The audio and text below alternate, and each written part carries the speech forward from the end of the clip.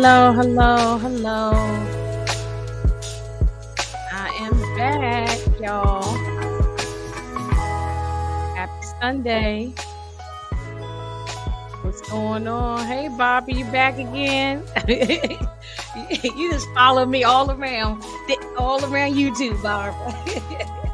I love it. Hey, Barb, Monica, Lemon Kush, what's going on? Puff Puff Pass, what's going on? Hey, Candy, what's up? What's up? What's up? All right, yes, please hit the like button on everybody's channel. Please, please, please hit the like button. Okay. Hey, Mr. Harris, what's going on? All right, we're going to get into it. Okay, y'all, we are here to talk about these. Hey, Sally, what's going on, Sally?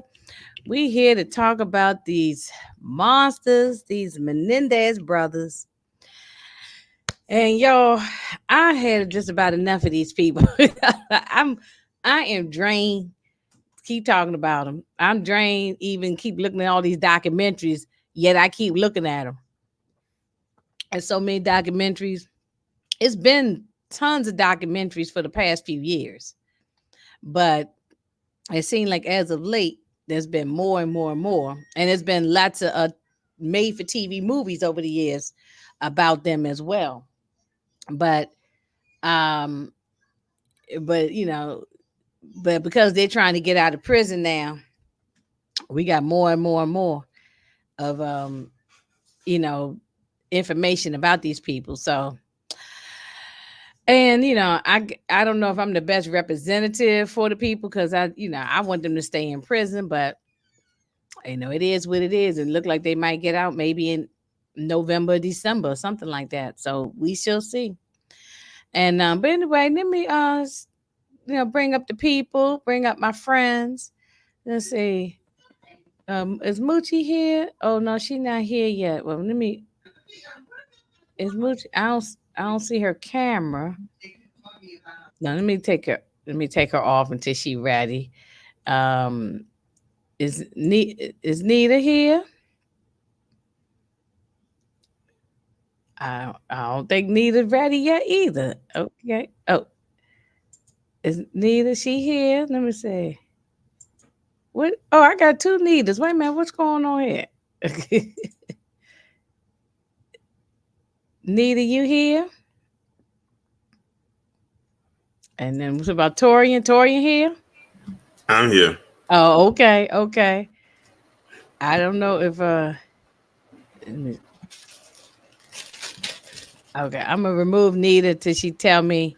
She put it in the chat. She put it in the chat that she was there. Oh, I ain't even say it. Okay. Oh, okay. There we go. I'm sorry. I forgot to unmute. Sorry. Oh, hey, I'm sorry. I didn't see it. I'm sorry. How you doing, Nita? I'm doing okay. You know, we got the C19 over here, so. Oh, wow. I heard. I'm asymptomatic. I'm asymptomatic. I'm okay. Yeah, yeah. I'm just a caretaker. Look, you know, at this point now, it's like having a bad flu anyway. Exactly. Yeah, exactly. Yeah, I mean, it's not as it was at the beginning when everybody was falling out. You know what I mean? Yeah. So now it's like having a flu. So I mean, I've had it twice. You know, so yeah, same here. Yeah, I think Torian just had it not that long ago too. So yeah, had it back in August. Yeah. You know, it's that time of year. Right. Hey, Tamika. What's going on, Tamika? Hey, Tamika. I'm ready to hit Tamika go off tonight. I always say Tamika, when Tamika be going off, that'd be hilarious. I'll be in the chat cracking up when Tamika be going in. She'd be going in. Right. Let me see. Oh, wait a minute. Is Moochie not?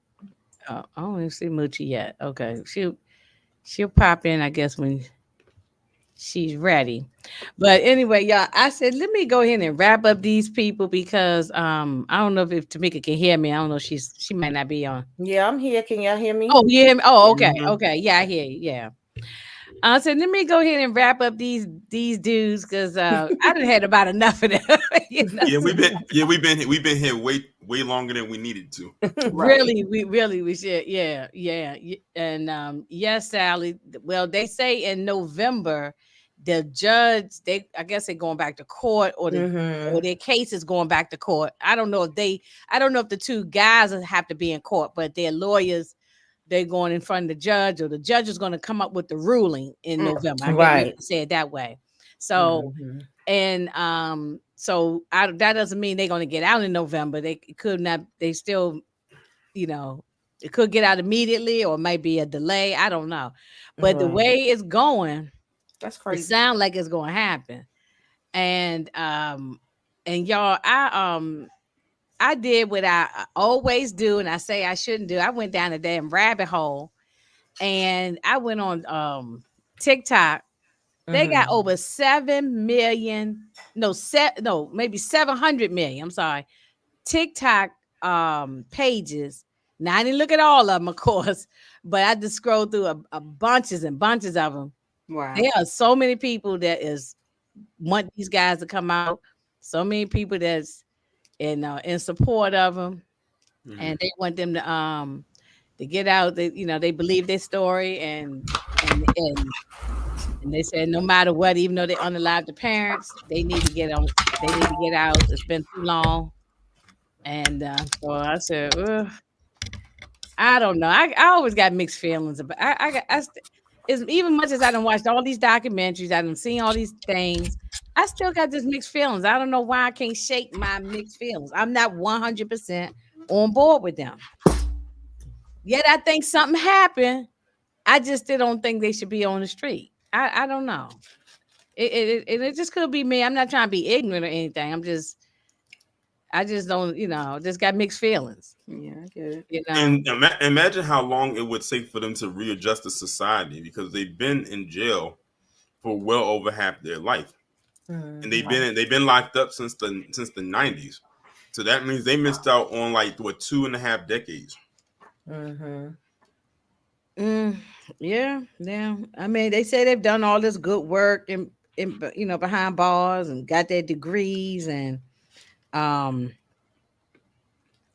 and they got all these programs that they help other victims, survivors, or whatever.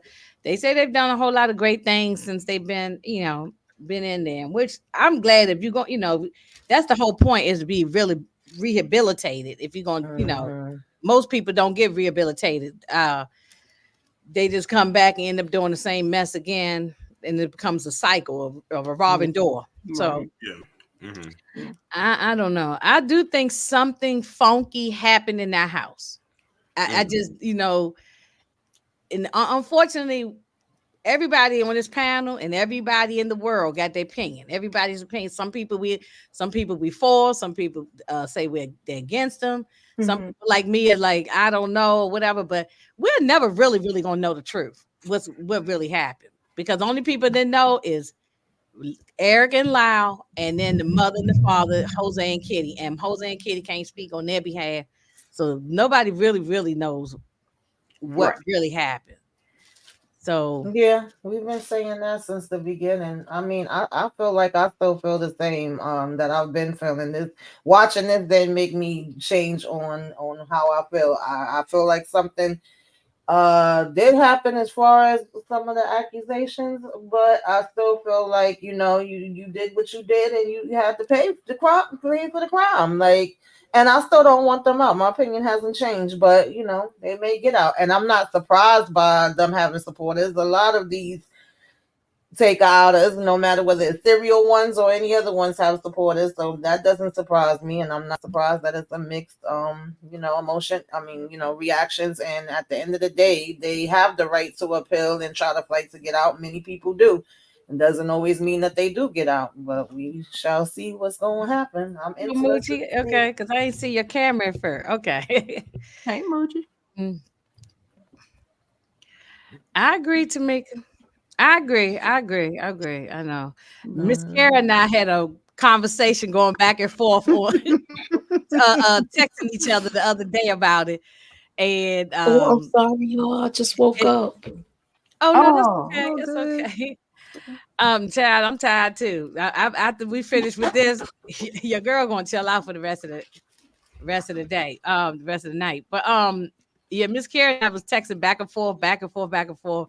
And then Miss Kara is on the same page with you, Tamika. And she said to me, she said, Inga, look, I don't care. You just don't want, you just don't believe these guys. And I'm like, I believe really something happened to Erik. Lyle has just been lying. I said Lyle is a liar. He did so much lying now. Could he been lying because he just don't want people to know that? I don't know. I mean, neither am I. What am I wrong? I don't want to sound ignorant because no, I do I believe mean, victims neither. So I'm not saying like I don't believe somebody when they say that. I'm talking about these guys because of the right. story and they've been lying so much. You know what I'm saying? Well, at least No, Lyle anyway. Lyle. I mean, I get that. Yes. They both strike me as sociopaths, but at the same time, I understand your frustration because two things can be true. Right. They could have been getting abused and they could have been, and this unfortunate tragedy happened. The way I see it, I just feel like there's no coming back from this one. I'm sorry. The fact that they got off of the death penalty because the lady had Yes. Yes. I got little pictures of that thing. Miss Kara said to me, Miss Kara texted me and said, Inga, that's you that lady. I said, yes, that would have been me in the courtroom. Yeah, you have to make sure you get that part. That would have been me screaming. I'm sorry, I don't mean to laugh either. I don't mean to laugh because it's not a laughing matter. But God, dog. But she, that actress, she acted that role. That's why I did laugh because she got up. Listen, she that was the screaming. literal definition of stress will kill you. Yeah. Right. In real time. Yeah. But that's how Inga been standing on business. Like, I don't believe nothing they got to say. They lying. I don't want to hear it. I don't believe them. And Right. I honestly, at the end of the day, feel like for as much as Ryan Murphy, not Ryan Murphy. Ryan Murphy. It was the razzle dazzle. I feel like he believed you because if you watch it to the end, it's kind of like you gave us all of that, but you still believe like that they ain't ish and they did it and they just was brats. So I mean, that's what I took from it at the end. Oh yeah, when the mother and father was on the boat at the very, very end. Yeah, I know. Yeah, it was interesting how he set it all up because he started out like it was a party and it was comedy and I don't know what was going on, and then when we got to that end, yep. He's like, Moochie, and they did that ish. I think, I mean, we're gonna go through the, go through the whole little thing, but I just couldn't believe he got on there talking every night with that girl, telling her all of the details. He was talking like nobody was listening to their calls. Right. Listen to all, and that's why I say, like, nah, let him talk. Let him keep talking. That's why I say that I don't know if I believe Lyle. You know what I'm saying? More so the Erik from the big, even if you go on YouTube and watch the actual case, the court proceedings that's on YouTube, you can see like 2 and 3 hours long. They he was busting out crying in the courtroom and stuff like that. So he always looked, and if you look at the old interviews he did with Barbara Walters and other stuff, Lyle always looked like he was distraught or this whole thing. But Erik, I mean, especially when I mean, not what I said. Erik was the one who I got it mixed. Yeah, Lord, I get both of them mixed up. Erik was the one, the youngest one, was the one who always looked sad and depressed and upset. But it was Lyle who was like he was ordering a $2,500 wig so he can you have to look good in court. The media. He's talking about he used the same person that did OJ's hair treatment or something like that. It was just funny. Oh yeah. That it was just funny stuff going on. And then, but yeah, he was talking to the he had, well, like Tamika said, it's not unusual. People still do that to this day.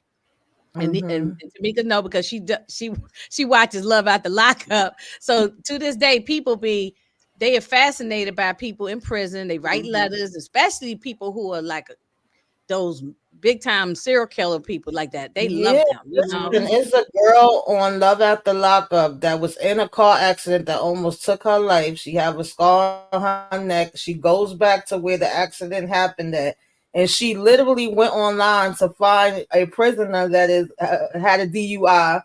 And this is who she wanted to be, get married to. She tracked him down, and I was like, okay, listen, I don't know. Okay, Nene says so. Hey, Nene. Said, if you heard the actual phone calls, you know he didn't say anything incriminating. So he never did that in real life.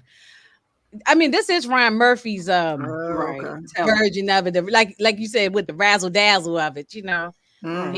So we don't. Oh, yeah, She did put out a book. We're reviewing the show, but at the end of the day, if you want to know all the real facts, they literally have hours and hours of it. Documentaries, is countless of them. I mean, it's not hard. Eric. And then I do believe Eric. Yeah, I definitely believe Eric. I believe Eric. But as far as Lyle, his story is questionable. It's questionable. That's the only thing. Maybe it happened when he was younger, but to me, I think of a lot of stuff. If you knew you was already away at school and you did all of this plagiarism, you know, to me, if your parents was that abusive, you would be afraid of what they're gonna do to you when they find that out. He seemed like it seemed like whatever they did, they had no remorse for it. Even when they robbed the house. Look, once again, I'm going by the show. I'm not going by I'm going by what happened in the show. Yeah. Now, I really do think Erik was abused. I don't know about Lyle. I think Lyle did it more for the money. That's my thoughts. The way Ryan made it seemed like they was doing the thing, them doing right. Not the parent, but right. That's the way Ryan Murphy put it. Where he get where did he get the information from? It got to be right. I mean, he could made it up, but I mean, where did he get the information from? And I just want to say that Nene says so. Please watch the documentary tomorrow. But yes, look, I have seen a bunch of these documentaries, so my opinion has swayed back and forward. Not just the one Netflix coming out tomorrow. HBO Max has one going that came out last week. Peacock got the one with the Menudo thing, and then there's been so many over the years. It's Dateline, like 2020, all them shows have been talking about this. And I think that's what he did. I think he cherry picked from the actual trial and then all the different like stories and speculations and put it into one thing. So some of it was true and some of it wasn't. Right. Not to mention, but they do that with all these docuseries. We talk about that all the time. Even when it's biographies and they make it into a movie, they still take their own liberties and change something. Right. So we are very aware of that. Yeah, unless you're doing it yourself, right? That's the only way that you're gonna get the truth, right? Because someone else is doing it. If I do a documentary on y'all, I'm only probably gonna get 5% right, and the rest of it could be all made up stuff. So, but I also feel they took a little bit too much from Dominic Dunn, and he has a set opinion on this already. Right, he has a set opinion that he does not want to change. He wrote books, he wrote articles. He used to write for Vanity Fair, and he wrote books on this. So he could be from him too. He was one of the first ones to come out with a crime documentary show where he explains the things vivid like a novel. So I think that's where all the incest came from, was from him, to be perfectly honest with you. And then wasn't he supposedly in the closet or something like that? Allegedly. That's what they allegedly have other people. Yeah, I just say allegedly. I mean, that's what they say. I've heard that over the years about him, you know. I'm just saying all this is alleged. Even everything that we talking about is all alleged because none of us was there. We don't know, and the two people who could testify say anything about it, they're gone. So we don't. Nobody know. There's no cameras in the house, nothing. So we don't know. It's not like a case like Diddy or something where it's cameras and a whole lot of stuff. No, we don't know what really happened. You know. So, and I understand what you're saying. And Nene says so. Said Ryan. He didn't use a lot of the information from the court. I understand that. I mean, but they had to make it into an interesting TV. It's like a soap opera. So that's what they do. Exactly. True, up until the point where the kid had where Erik had the popsicle in his mouth, and they showed how that happened. So I do believe Erik, but Lyle, he seemed like I'm gonna be honest. I'm not gonna sugarcoat it. The way they portrayed him on here, he looked like a cocaine psychopath or something. Yeah, a psychopath, and he got off on all of this. It do seem that way. It do seem that way. And I feel like he manipulated his brother. He used that as like, now, like, I know we're gonna be disowned, so let me use this as the perfect example right now. That's the way they made it. That doesn't mean that it's that I'm right. I'm saying that, you're not right, but I'm agreeing with you. And Tori, you ain't really had to say anything. You got any opinion about it too? Oh no, I'm sorry. Go ahead.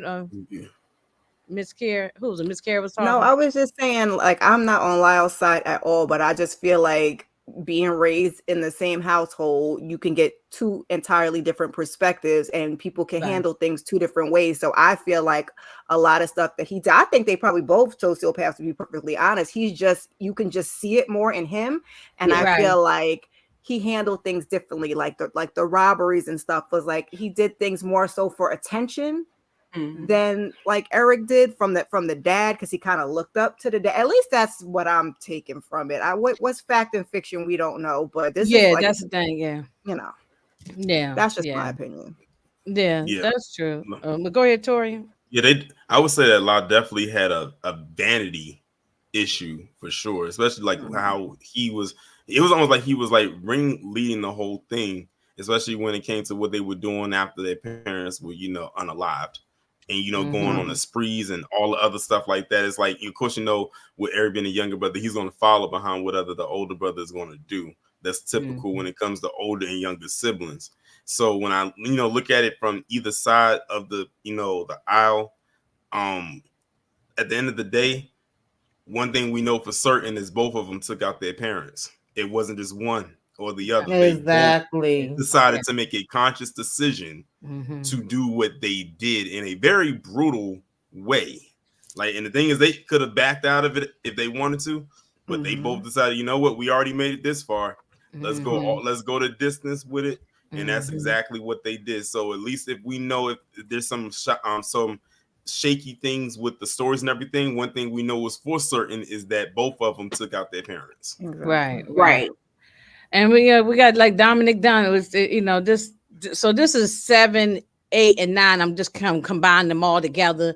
So they mostly in order, the pictures and everything, but we just combined it and just talking about the rest of it in whole. But at the beginning of 7, it opens up with Dominic Dunn at his court case with his daughter, and that was the guy who allegedly I'm allegedly, even though I think he did do it, but allegedly that he took that was a tragic story, and I think that's why Dominic Dunn felt the way he felt about this situation is because what happened to his own daughter, which was very tragic, So, oh, absolutely. Everybody's gonna have a different perspective based off of their experiences. We talked about that many times, based off of what they went through, how they was brought up, all that different stuff comes into factor. I mean, you can't blame him after what happened to his daughter, for feeling a certain way. But even as this trial was going on, he started being like, wait a minute. But and initially it was like, oh, now we gonna say this and that happened. So I can't blame him. I probably would feel that same way too. Yeah, If you was in the same situation, you feel I could see why he felt like that. He's biased, because of the situation. Yeah. And then this is when we're talking about. Now we don't know if this happened or not. That we only go sticking on this story that Lyle is talking to the girlfriend that he had when they were younger, and when he was like high school or whatever, the college, and then some of his friends, or I think this one guy's his cousin, the guy with the beard, I think, and the other guy I guess was a friend.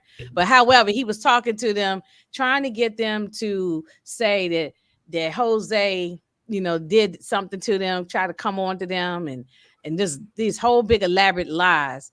Had him locked in the closet with feces all over him and all kind of stuff like that.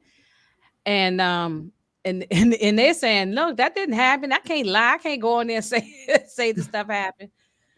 I don't know if this really happened or not, but that thing that the last one that you sent to me, Inga, with that the A&E part 2, I think it was Erik's story where he was talking from the jail. They were saying, one of the cousins was saying on there that he found a Tupperware container under the bed or something like that. So I don't. What, with number 2 in it? Yeah, I think one of the cousins did say that. So I don't know if he found anything in it, but he was saying that he used it to go to the bathroom when he got anxious and something with the Sound like that lazy child. The parents walk to the bathroom. not at that big grown age. I think they was older, but in any event. Let me be quiet because people be too sensitive nowadays. I know. That's why I'm some nonsense. I know. And some of this stuff I don't believe. It is what it is. I feel like they had enough time to concoct these stories. If you calling these people in here to change stories and say what didn't happen, those calls are recorded too. That's recorded too. That's why I don't think that they did that in jail. Like if they had the conversations with them, they probably information from. It's just he just made it up for the television. I mean, like I said, it was in that A&E, so maybe he took that and said, "Okay, I'm gonna say that when they were in the jail that he said X," because he could have done this. I just don't think you would have done that on no jail phone. The same way the girl was like, he didn't say all that stuff to the girl on the phone. So it's just like, I don't know.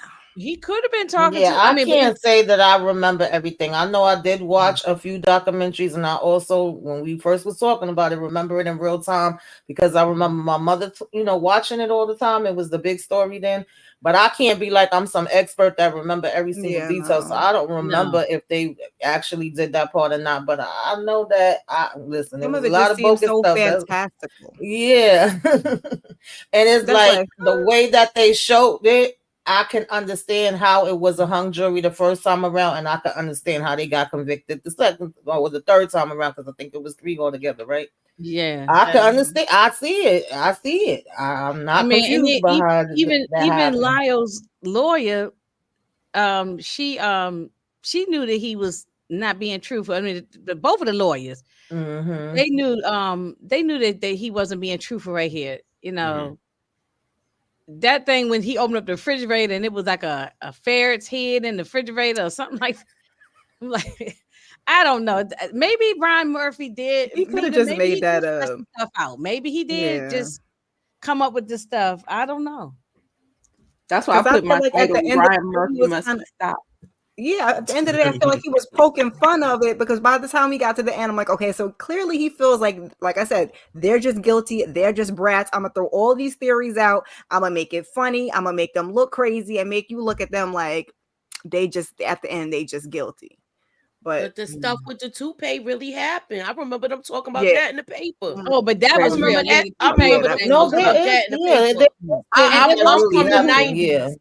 I'm from the 90s. It's all these younger people. Whatever. Yeah, some of these people that's on that TikTok. When I said I went on TikTok, a lot of those people I saw, they wasn't even born during this time. Right. So they. But that's what I was telling y'all when we first started it. I was like, I've seen people on TikTok and Twitter that was like, just they should be out. This should happen, that should happen. And then when we did our video last week, child. Somebody came up there. I don't think Miss Kira and Nita heard about this one. This person left 2 long comments cursing us out, child, saying we was old heads. We don't know what the hell we talking about. I doubt they listened to the whole freaking review because if they did, then they would have heard that it was different perspectives and everybody is different ages. So I don't know who the old heads was supposed to be. But I said, I hope you live to be an old head. I raised my hand proudly to be the old head. Like, and they was like, oh, you don't know nothing you talking about. And I'm like, well, some people actually were saying that they saw the trial in real time. Some people said they did hear a little bit about it. Like everybody had a different perspective, and we all gave honest perspectives off of what we're seeing up here from the show. So obviously you didn't watch the whole review. Yeah. You just took whatever piece and just ran with it. So I was like, okay. And I was young when it happened, but I'm just trying to be like devil's advocate because you never know what could be going on behind the scenes. At the end of the day, they did that shit and they're guilty. So I mean, that's that. it. We just kind Yeah. of trying to make sense of the rest of it. Because my whole thing is, why was Lyle? I mean, Lyle is crazy. We'll just put it out there. But why was the boy losing his hair at a young age? Like clearly something was going on. Yeah, Baby, all I know is Ryan Murphy created the one scene that will live rent free in my head when that mother snatched that toupee off. Yes, I can't never unsee it. I can't unsee that. That's get that. You said you can't. I cannot unsee that. Yes, I can't unsee that. It will live rent free in my head. Thank you, Ryan, for that. He has screws in his head. Yeah, that is odd, though. You know, but he could have had a condition. He could have had a condition. He could have. Who knows? Yeah, they said, well, this Nene says so. Seems like Nene has all the information about it. Said that Lyle started to lose his hair at 14 because of stress. Yeah, I know his father made him get a toupee. Yeah. Wow. Yeah, because he was Listen, straight. my hair used to fall out all the time when I was a teenager.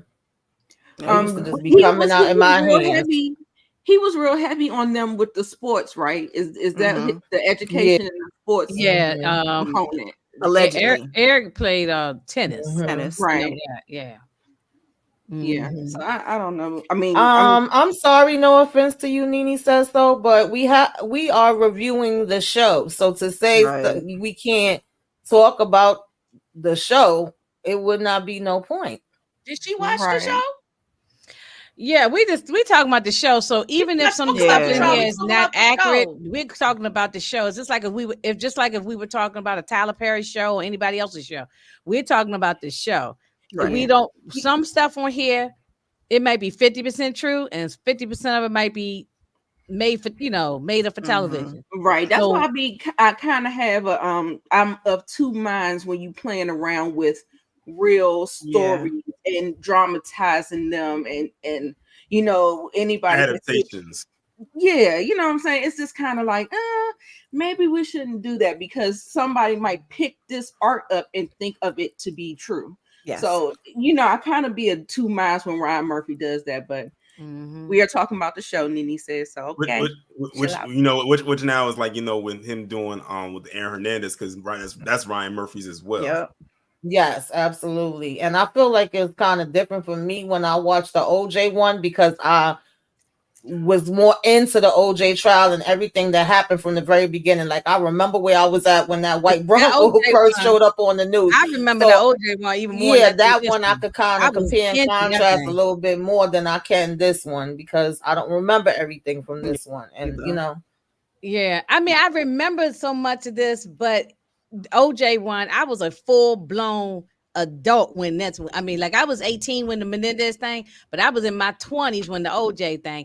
I was grown, and so I really watched that thing every day. Matter of fact, at my job, that was on we had a TV TV on every day. the job, and that thing was playing on during the daytime. They took off all the soap operas. Wasn't no Price is Right on. It was OJ all day long, all day, all night. And I was 6 when OJ was happening. This one too. But the last trial that they showed, they didn't show it as much. The last trial, because remember they they took the camera. Matter of fact, that last trial, I remember that last trial they didn't have the cameras in the room. They didn't want no cameras in there. Yeah, that was done by design too. Yeah, they didn't want no cameras in there.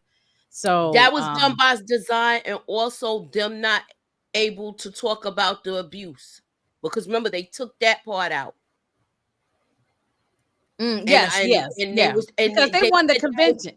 They wanted them to be convicted because they remember OJ got off. You had all these other people. There was a lot of things going on in LA at that time, in California at that time, and they needed a win because they were losing left and right.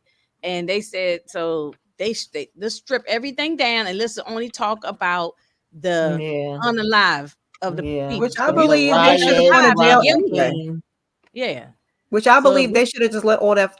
I mean, they wanted it so badly. They should have gone to jail anyway because the fact of the matter is you did it. So, and it wasn't like a self-defense. So anything that happened before it wasn't self-defense. It wasn't like they were in the house and the parents were jumped on them and attacking them or doing something like that, then they were eating ice cream and fruit or something, they said, and they was laying there watching TV and falling asleep. Yeah. They come busting up in there and they took them out. Then they go out to the car, reload, come back again. So that's it. It sound like, Now, what I did find interesting in the ending of the story, like when they unfolded, because when they initially did it, I was just like, why are they going so hard? Like, why so many rounds?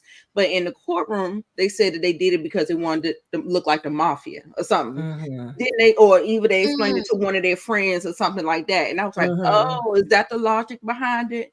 So I was just like, either way, I couldn't imagine. But anyway, I just thought I don't even know how they sleep at night, because that thing would be in my mind all for the rest of my life. Well, it was. That's why he went to the doctor to talk to them. It did mess as him far up. as Erik, it was still, well, at least the way it is, and I feel like it was that way. I think that's what we're talking about here. Stop seeing it. Yeah. The whole reason why this whole thing even blew up is because Erik went and talked to that Dr. Oz or whatever his name. I keep calling him Dr. Oz, but you know what I mean? I was looking at him that last week. And Erik told this doctor here that he psychiatrist here that he made the whole thing up or something. That he made up some part about, I forgot what scene it was. I mean, because he said, well, why would you do that? Why would you make it up or something? So at some point, I can't remember what part it was. Maybe y'all can remind me, but he told him that he made up some portion of the story. But I don't remember that. Yeah, he did tell him that he made up some portion of the story. But and then Lyle was getting all these letters from women, and that's when he started talking to women on the phone with all his roll of dimes that he has all the time. And also Erik was depressed because his man friend he had in prison is gone, and so he have him, with him. So he was depressed about that. But and this is just me being a hole. I said Lyle is making up lie after lie about what really happened that night. Right. I'm just going by the show. Like, we just speculating. We just going by the show now. Yeah. So don't kill us in the comments, y'all, please. Because we wasn't there and we don't know what happened. Yeah, we wasn't there. Nobody knows. Nobody was there. It was just the four of them. The mother, father, and Lyle and Erik. So only people know what's going on in that house was them. But let me ask y'all this: if the maid says she never heard them yelling at the kids, oh, she said that. They said that. Show. That's what she said in the trial. I'm just going by the trial because look, I know. Thank you, Candy. Enjoy the review, everybody. We don't need 60 Minutes or CNN disturbing the peace. That part. Oh yeah, I mean, this is when he told the his lawyer, they all talking to him, and he said, "Would you want me to cry?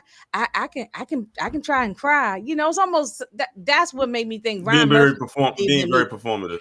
Now, I will say this one thing about even though they're not black, I will say this one thing about the housekeeper. Growing up in a black family, there's plenty of things that my family did not see my outside family did not see that went on, because your parents will take you in that room and cuss you out. Ain't nobody gonna hear it. Yeah, they'll take you in the room, you're gonna get popped, and ain't nobody gonna hear it. Yeah, I didn't get my whole thought out, but I'm sorry. Go ahead. Right, because I got sidetracked. I was like the cat with the light. Once I saw the comment, so, I'm not saying I did.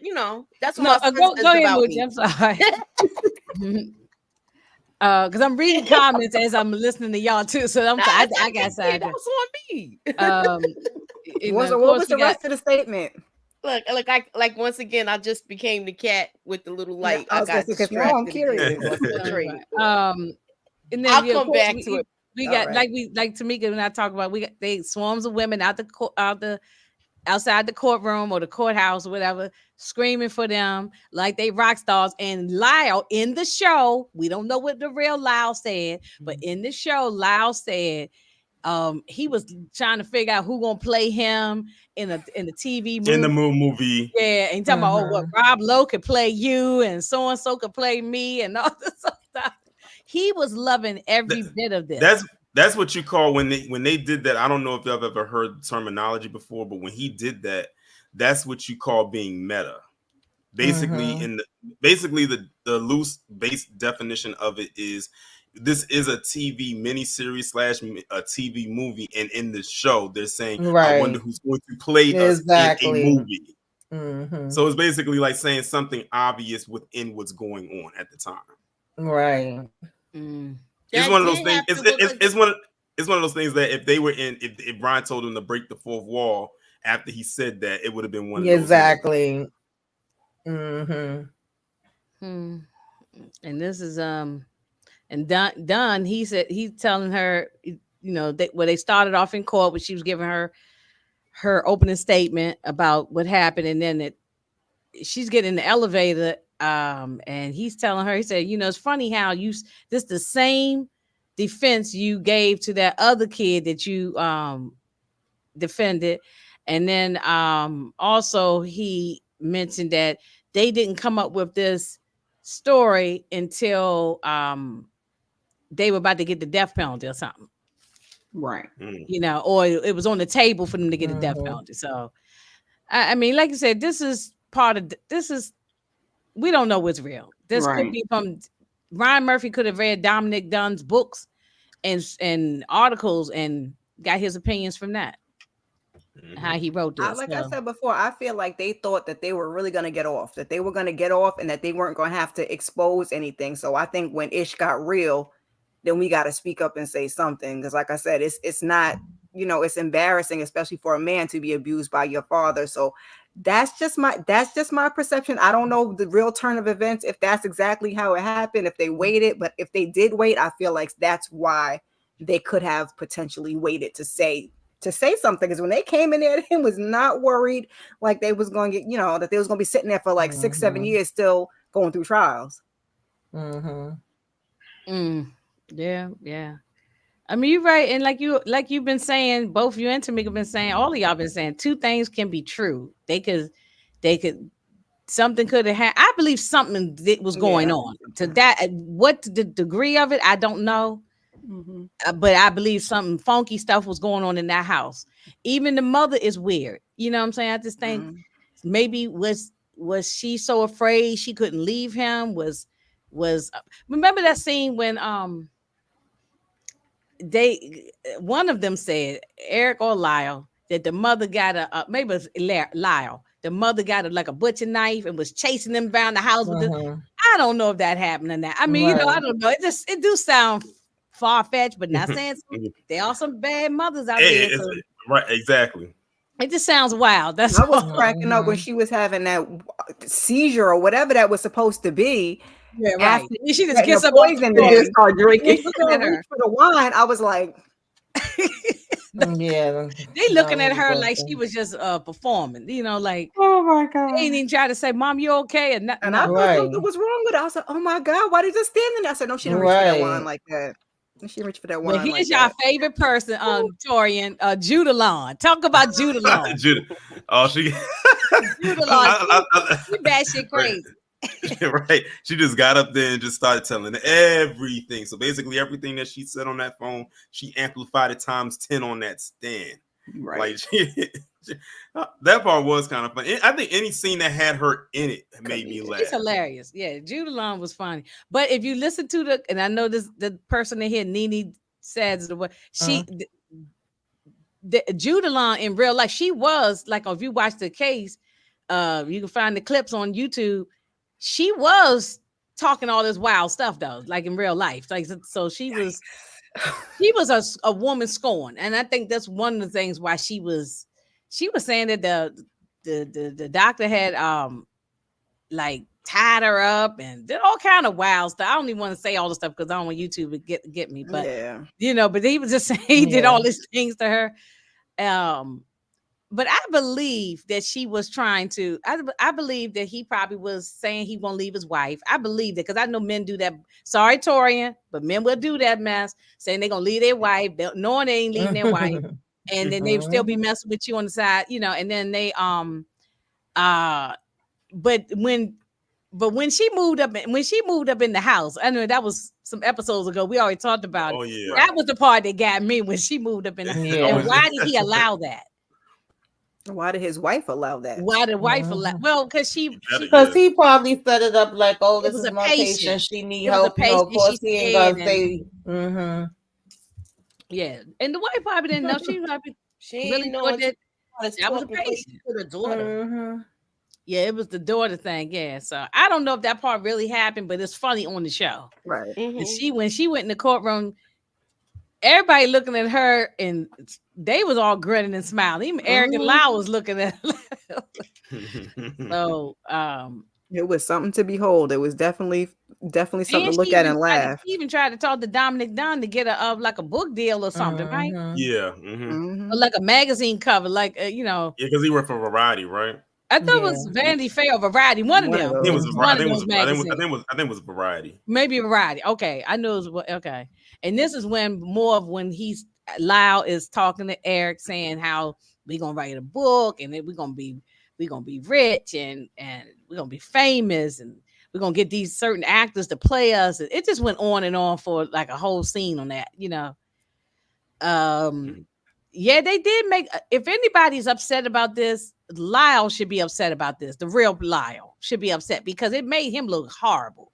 Awful. It actually gave more compassion to Erik and made people feel sorry for Erik. That's in my opinion. It made Lyle look really bad. It made him look like Nita said, like a sociopath or psychopath or something. I don't know which the right word is, a sociopath or psychopath, but they look like one of them. Right? Yeah. And I think what made this story stand out, and I know that I don't know, maybe y'all can speak more to it because y'all are a little bit. I would say y'all a little bit more seasoned. I don't know more seasoned because remember I was only 3.5 months old when this happened. I tell you, we was babysitting you at that time. But I think what made this story stand out is because of the economic status that they were in. Typically if you heard a story like this, usually it was coming from maybe a below middle class family, but here's a family that had wealth.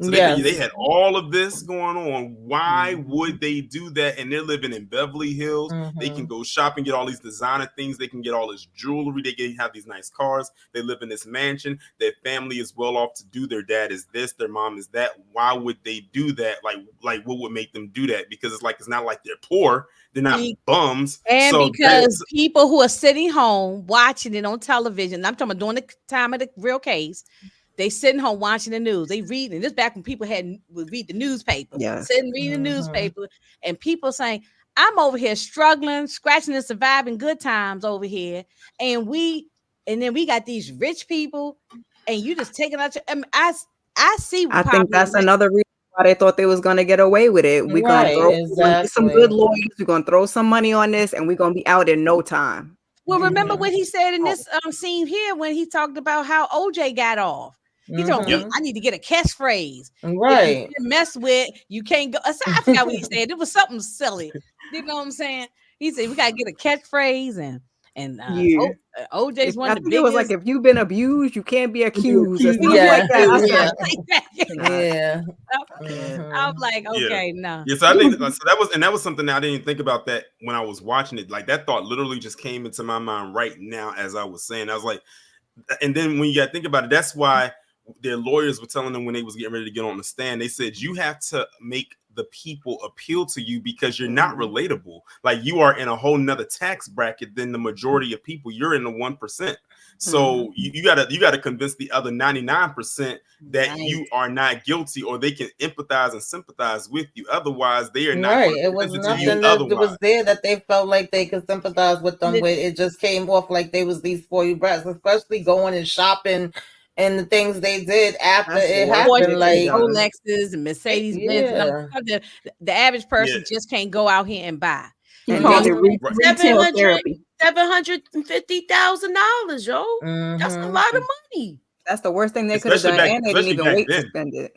And the reason why people, and I'm not going even down the rabbit hole of OJ, but the reason why black people did support OJ at the time is not because we love some damn OJ, it's because all this stuff. We had just got off that Rodney King situation. Yup. And then the other girl who got shot in the head for the orange juice and that lady. And I'm telling you, if I see that lady on the street now fighting her, and I don't care how long it's been, if I see her on the street, I'm gonna fight her.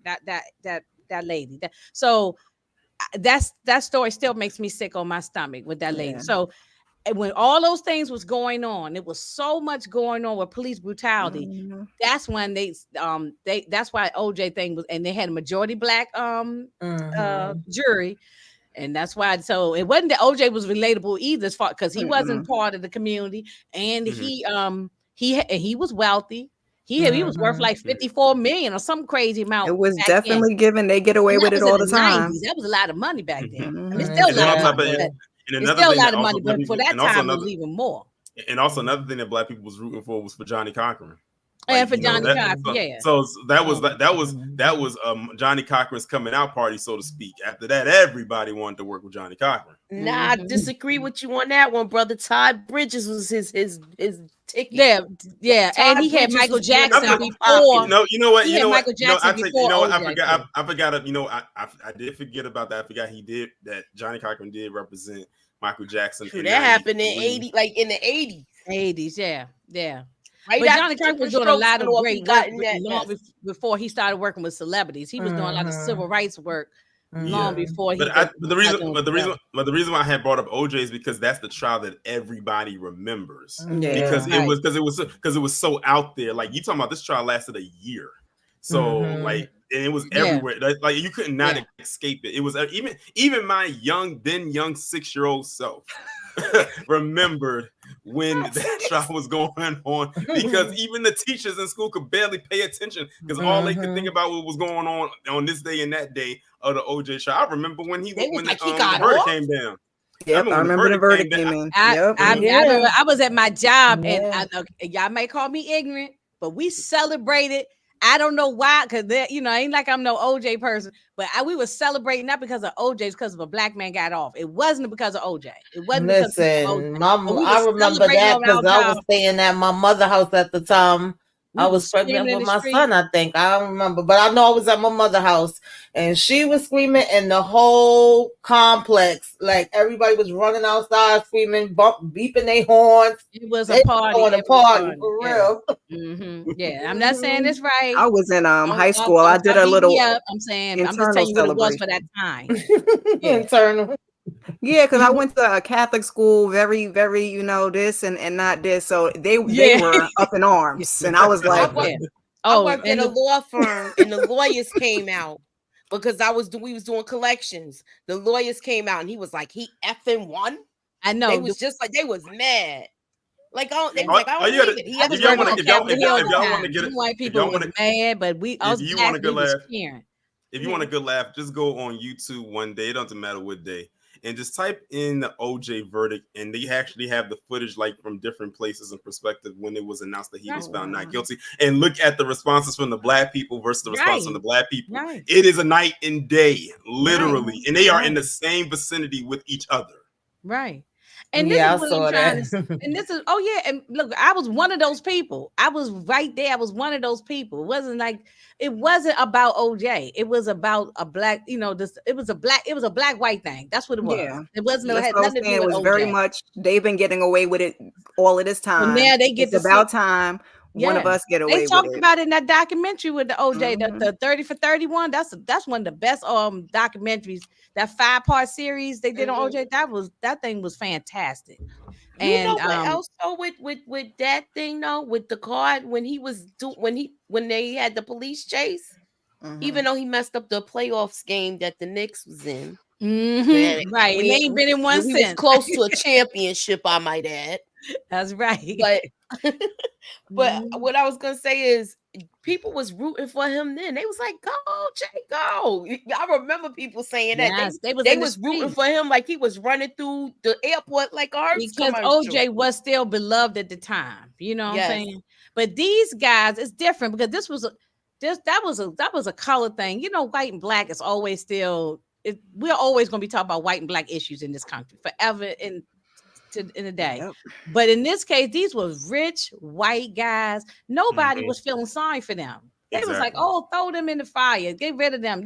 Nobody didn't care, you know what I'm saying? So it was no one could couldn't sympathize with them, you know what I'm saying? And right. No one was trying to hear.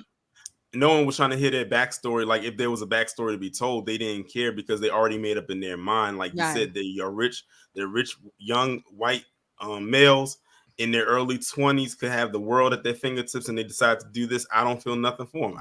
I like how am I supposed to relate to that? Like that's and it wasn't even just like.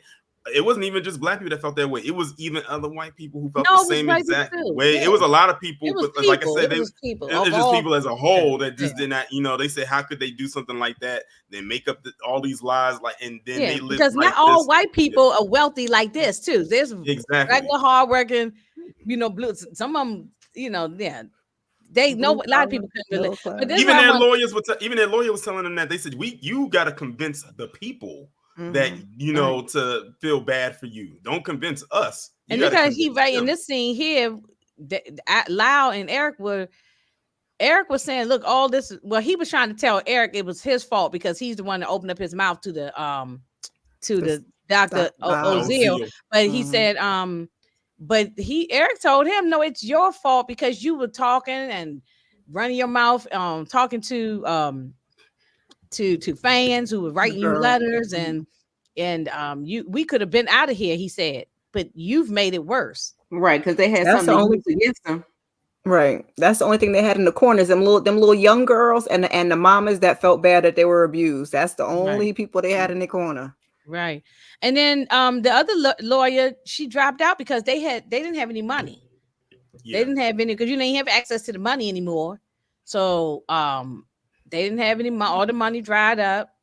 And so she was pretty much doing this pro bono.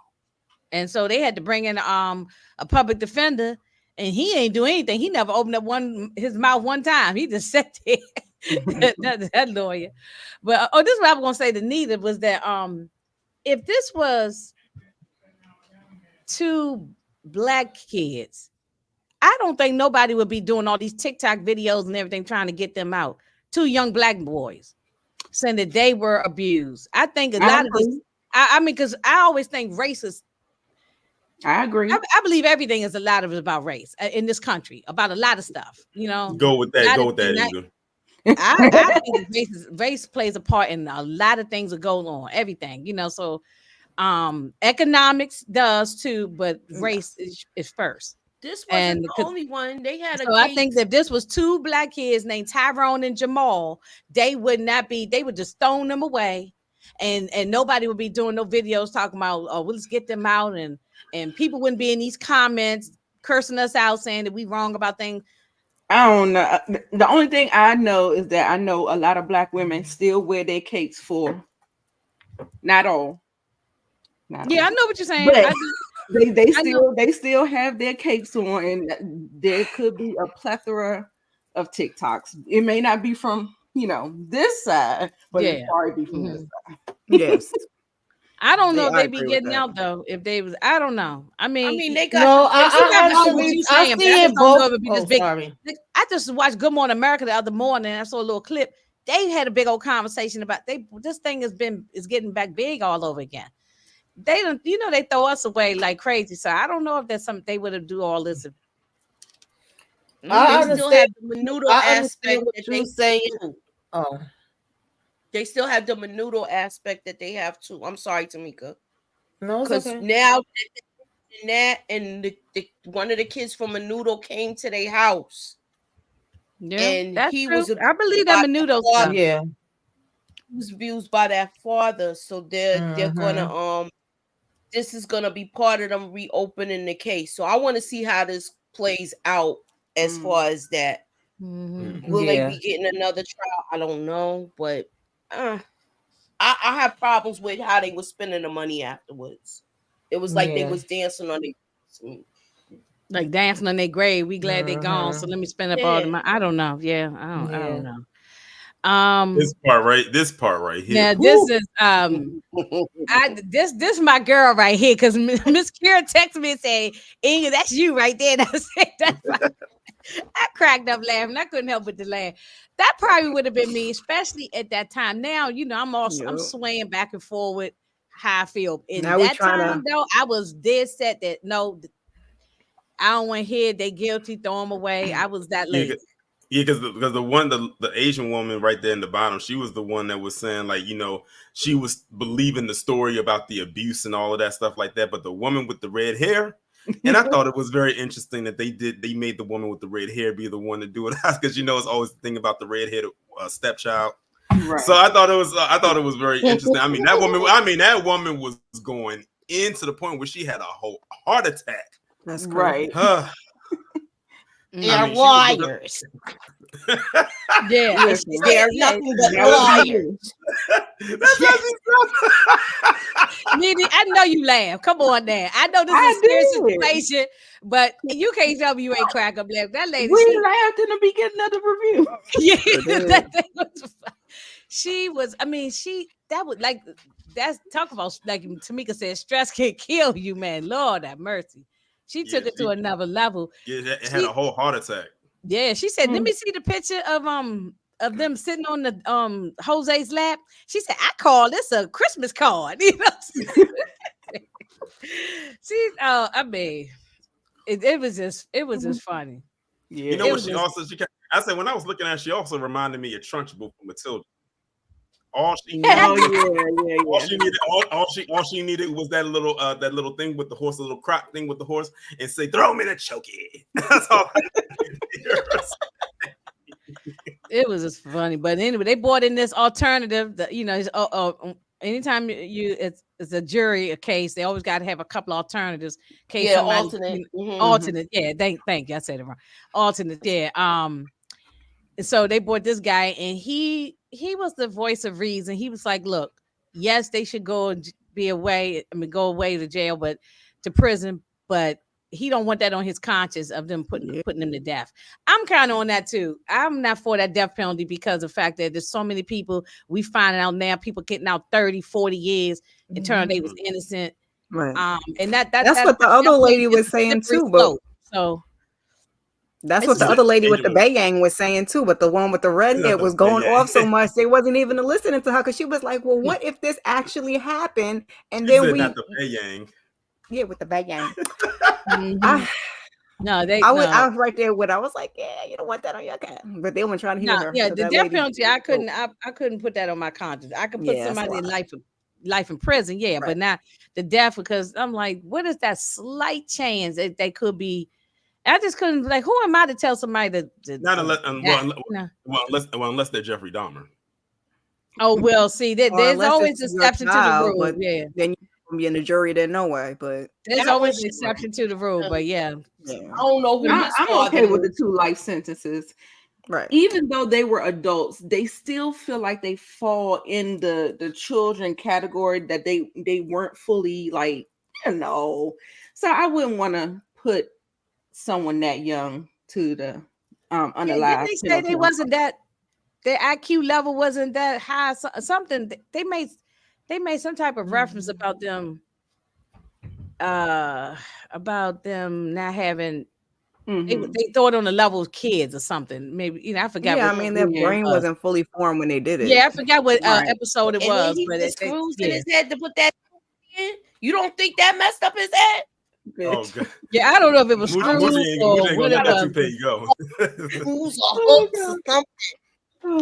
Yeah, I think they said it was something like hooks, but still, same difference. That is still just looks crazy. I don't know. Well, they end up giving them 2 life sentences. No possibility of parole. Also in the scene right here, because this is after they found them guilty, but that judge was not trying to listen to any objection.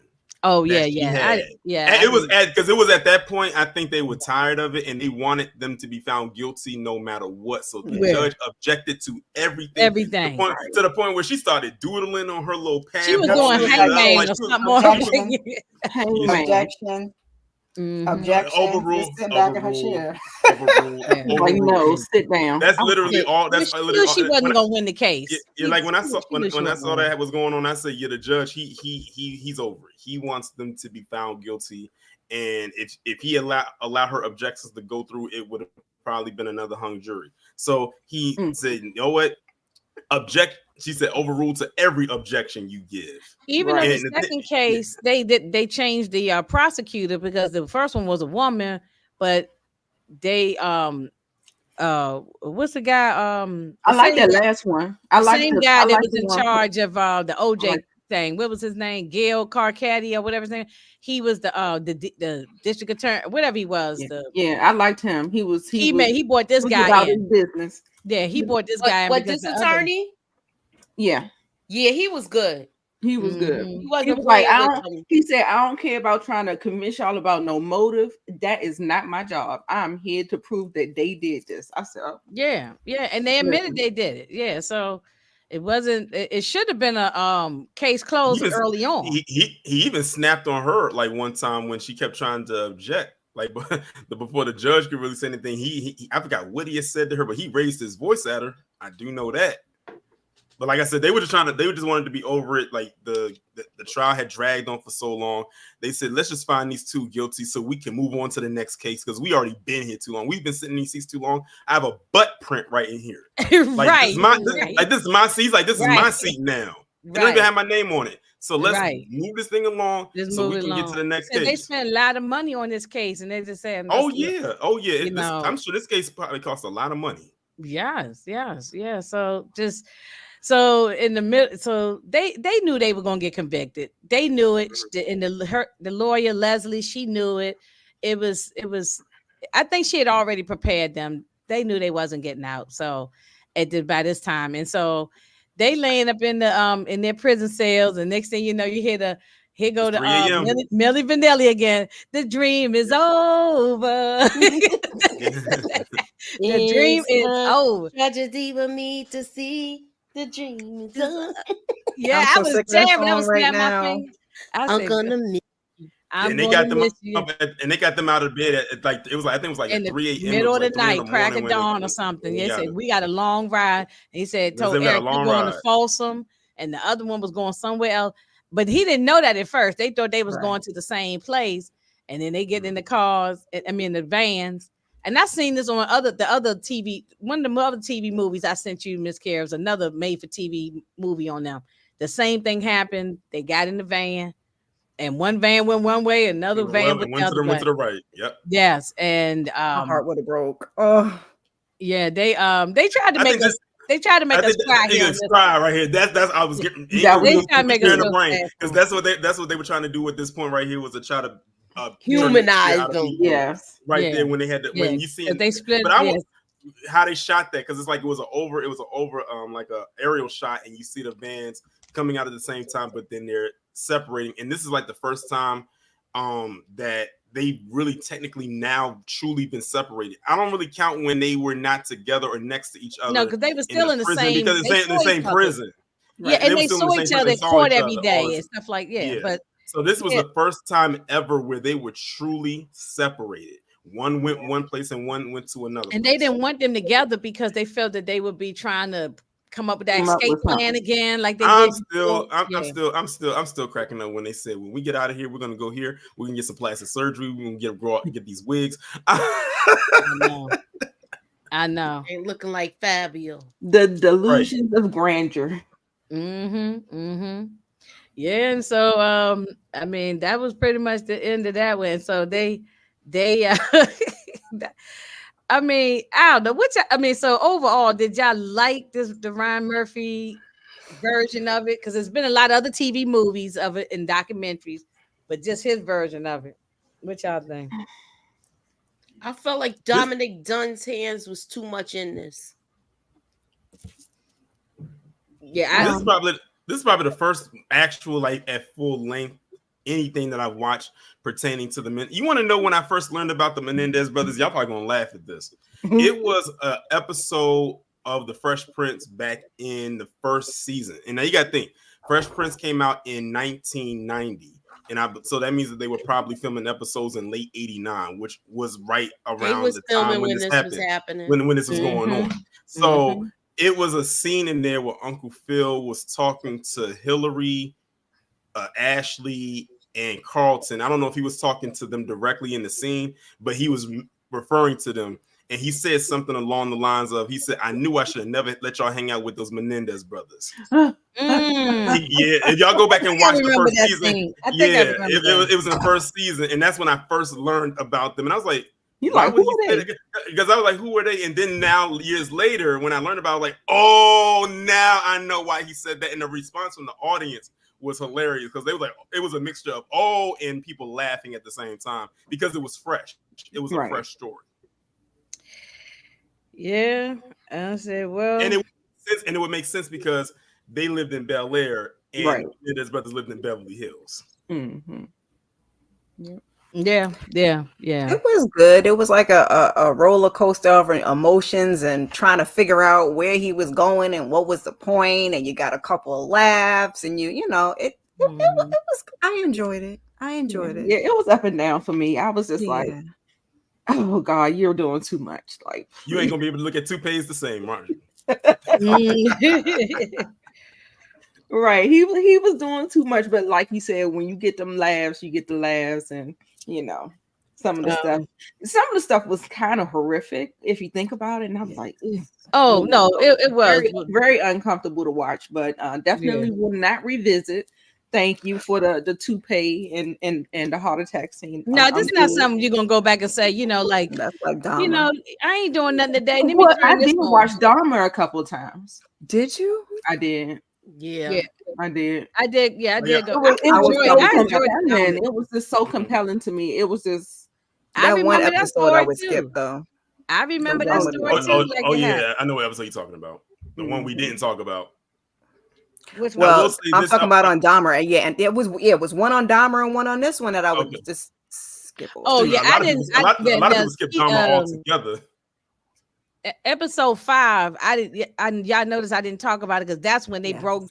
Erik said that really the whole episode 5 was all Erik sitting there with his lawyer, episode 5 was they go into the details of every little, and I said, we ain't. That's why I believe him. Episode 5 was him very more than deep the to older. me. And I think that he needed the daggone award. That episode, I think that one was called Hangman. I don't remember now, but yeah, he did it on that one.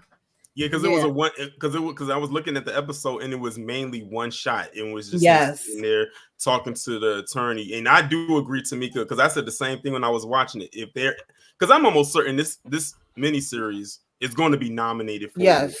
And I said if they nominate him, it should definitely be for that episode because that episode was centered just mainly on him, where he was the focal point the entire episode, and I was like literally just so engaged the entire time that he was speaking to his lawyer about this story, to the point where it's like, damn, did this really actually happen?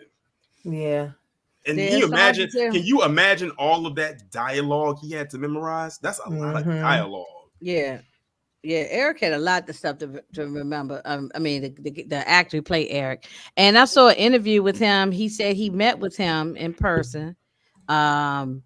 And also, Kim Kardashian is also met with them, and she's also spearheading to try to get them out too. Worried about her the spirit don't look so enthused.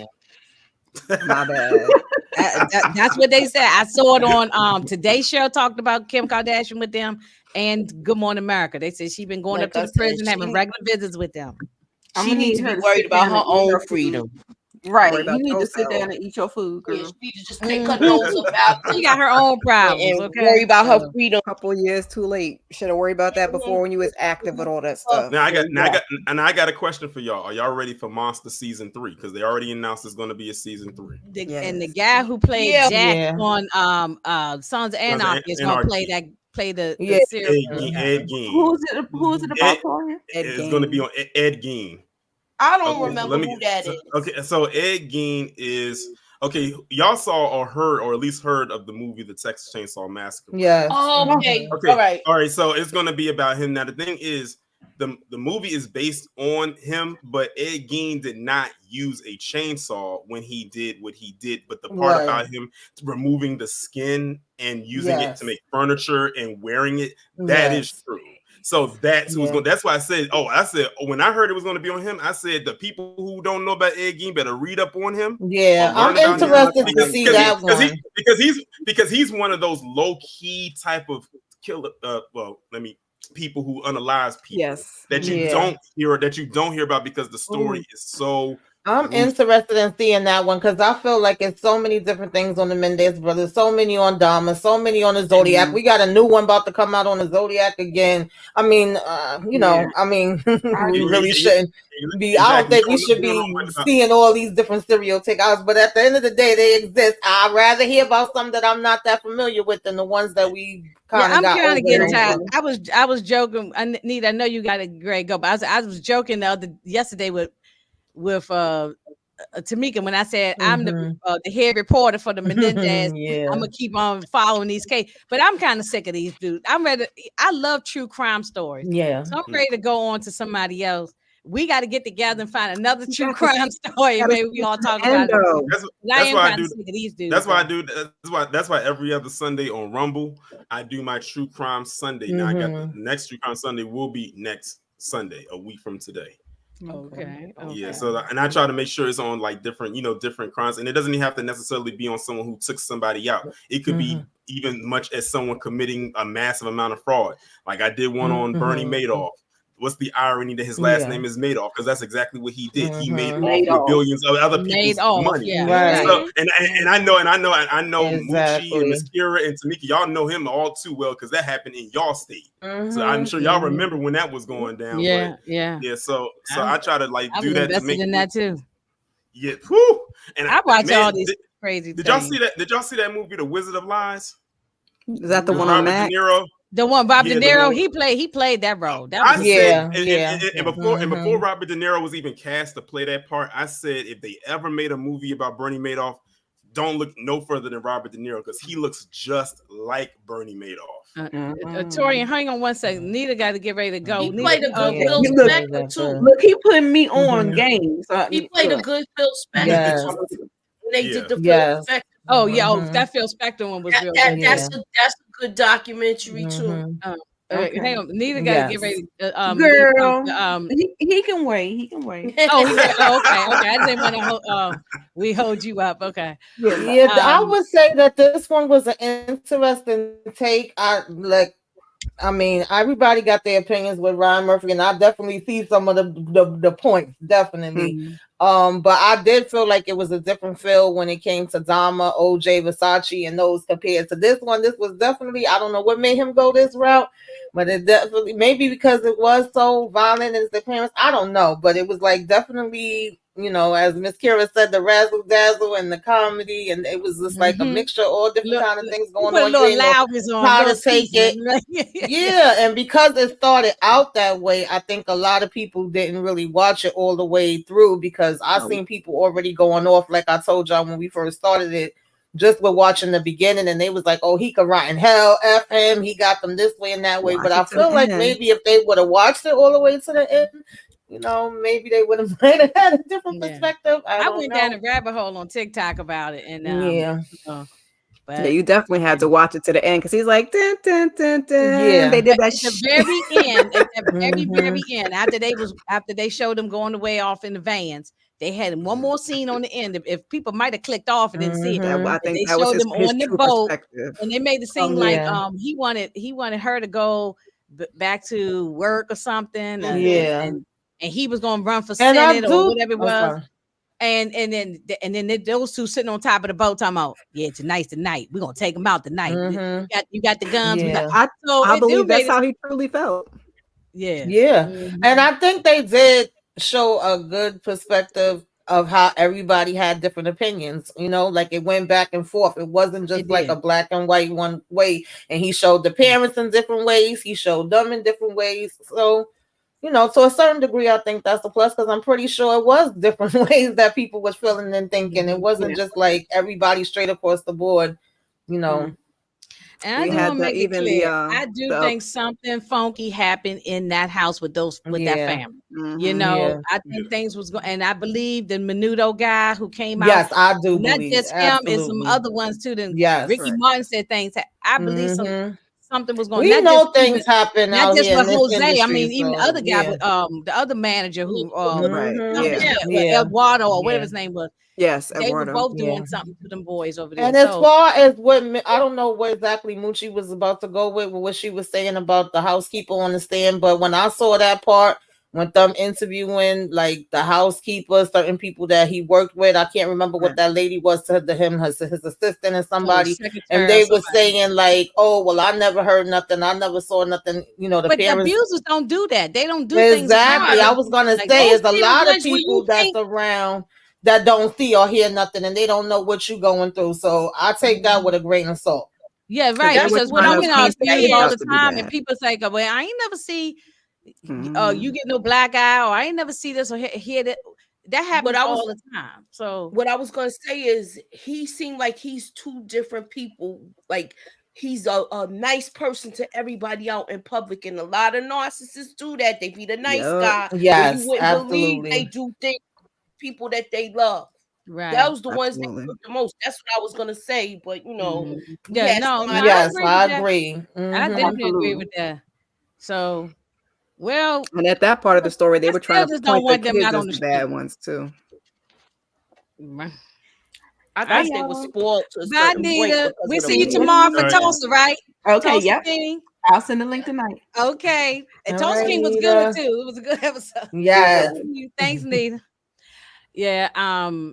I just I still don't want them on the street. So hide your kids, hide your wife, hide your parents. I don't want to see them on the street. So I don't want to see them on the street, but what can I do? If it happens, what am I gonna do? You know, as long as they don't come here to the DMV, they can stay wherever they at over there. Exactly. Yeah. I just want to know what the rationalization would be for letting them out. Like if you have people that have committed similar crimes, that there's like, are we just gonna say it's time served? I don't know. They're gonna be wealthy when they get out. They're gonna write books. They're gonna be on. They're gonna be sitting with Oprah. They're gonna be sitting on all these platforms. Gayle King gonna interview everybody. Vlad TV. Everybody gonna interview these people, and they gonna. You know they're gonna come on now. You know Vlad gonna interview these people. You know they're gonna be on everybody's platform. They're going to make money. They're gonna come out and be wealthy again. So if Lyle's motivation was wealth that was in the beginning, then he's gonna get it. They had all of that money in the Swiss bank accounts. They still talking about that. So they not poor. They're gonna have money. That's just money they can't get to right now. If it's still there. Yeah. Well, if it's still there, because then why? Okay, if that's the case, though, Moochie, then why did they have to get the public defender? She said they ran out of money, and she was working for free, pro bono. They can't do no type of transactions like that in jail. Right. Yeah, we'll just have to see what happens. You don't know which way it's gonna go at the end of the day. You know, the people that may want or not want, you know. I mean, listen, my cousin was a cop that was unalived, and I remember when the person that did it, we was writing letters and everything for him not to get out, and he still got out, and he got out very quick, in my opinion. But you know. Gosh. Yeah, I'm sorry to hear that. And probably still roaming the street somewhere. Oh yeah. How do we know that these people have been rehabilitated? Like we don't know. Yeah, we don't really know. Yeah, because a lot of times they do things so they can get out. So we don't really know, especially if you are a psychopath type of person, because you got to make you're still going to be there. For example, look at Sophia Falcone. Who's that? Sophia who? Sophia Falcone from Penguin.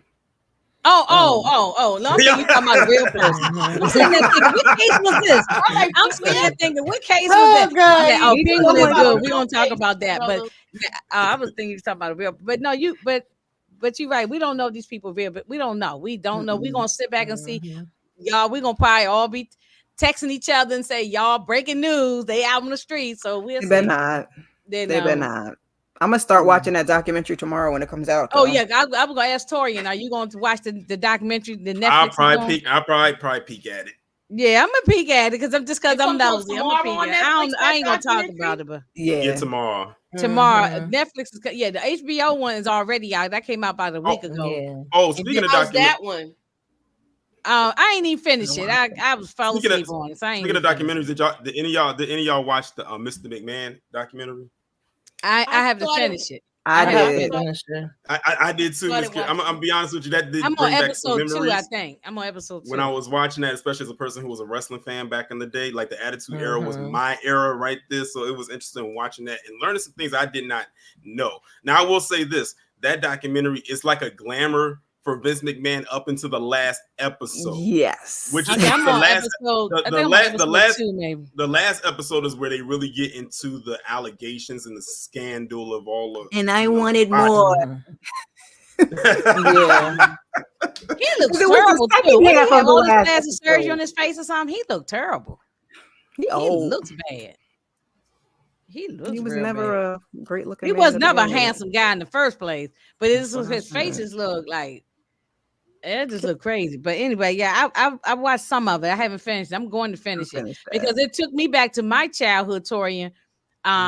Because when I saw the Junkyard Dog and I saw Andre the Giant and then Hulk Hogan, and even though I know he's a racist, but at that time I was a little kid, I didn't know he was a racist.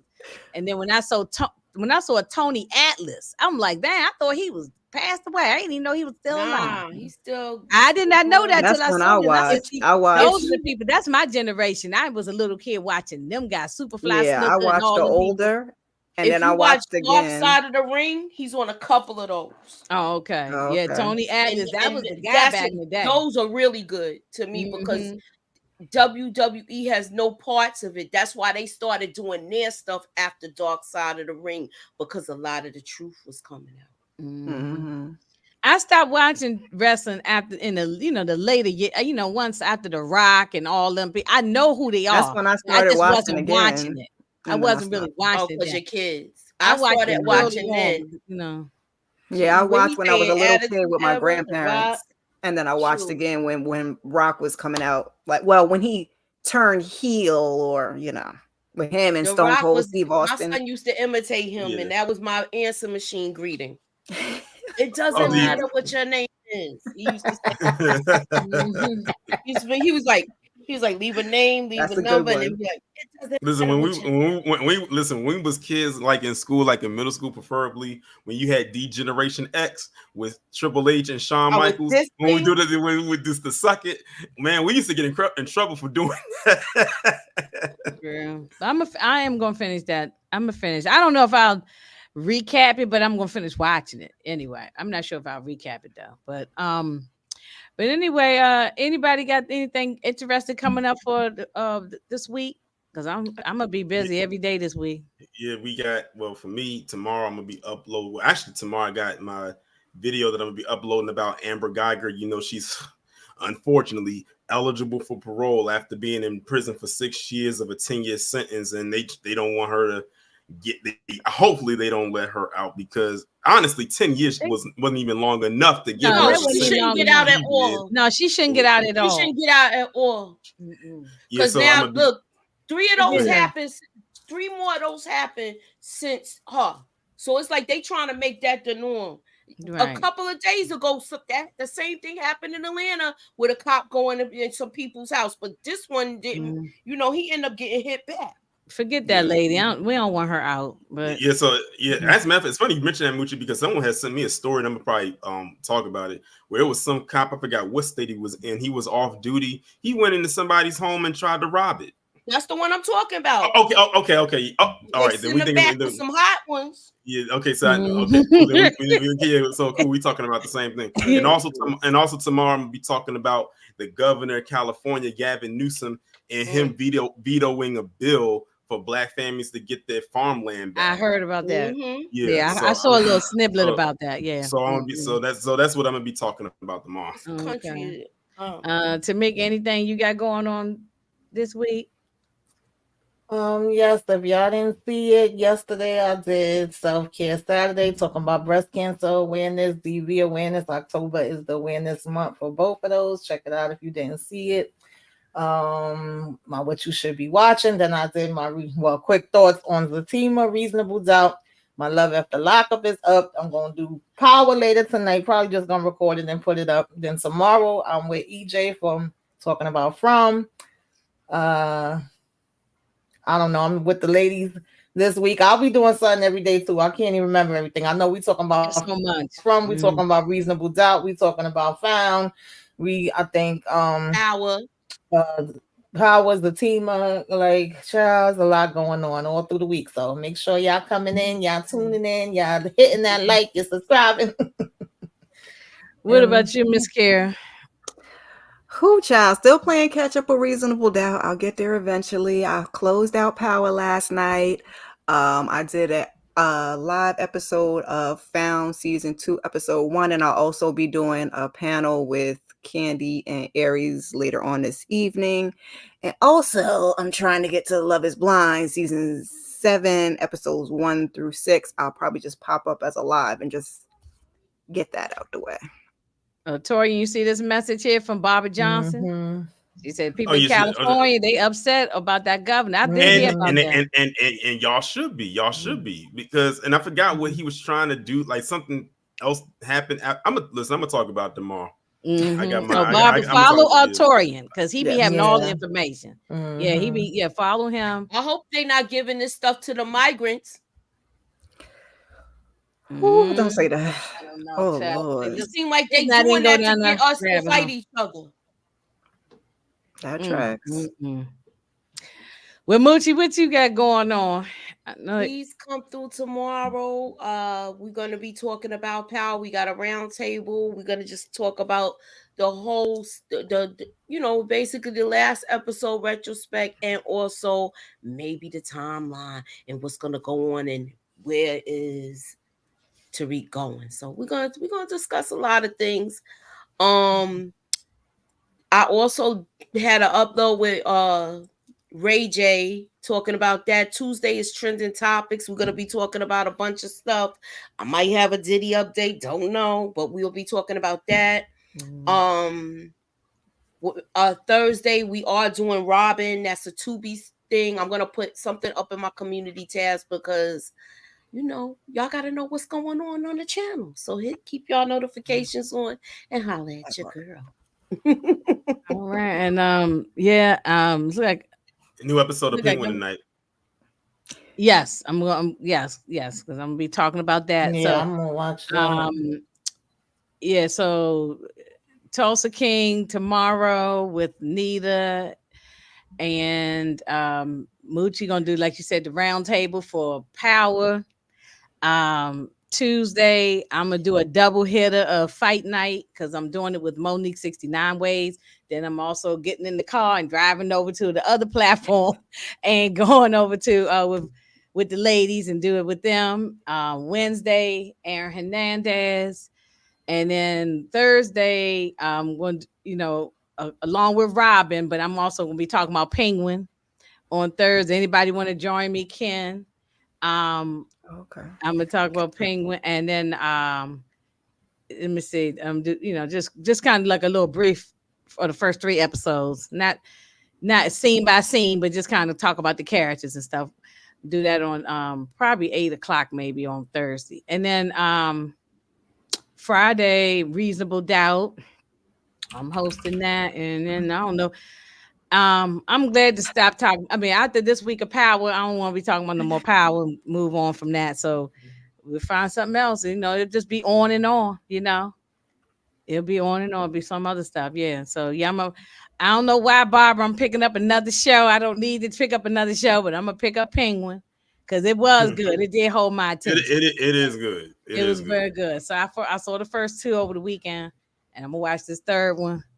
And then try to talk about that on Thursday. So, but yeah, so that's what's gonna be going on. It's gonna be busy. It's gonna be a busy week. Look like this month gonna be just as busy as September was. So, so that's what's going on. And I appreciate y'all talking about these crazy brothers. So we'll be doing an update. I guess if they walk in the street, we'll find out what's going on the next couple of months with them.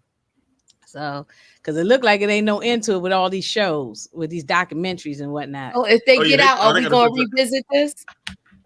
Maybe we do a quick little, a quick little talking about, so we can give our points on what happened. So, Yeah, because now you know it's gonna be breaking news on TV. It's gonna be on the TV. It's gonna be on your phone. You're gonna be sitting there doing your thing, and then all of a sudden your phone gonna be buzzing. Breaking news: Menendez is out. Just so it's gonna be talked about. So yeah, I guess we had to talk about it. Yeah, we'll get together and talk about it, even if it's just for a quick moment. But yeah. So that's all I got. I ain't gas no more. So everybody in the chat, thank y'all for coming through. And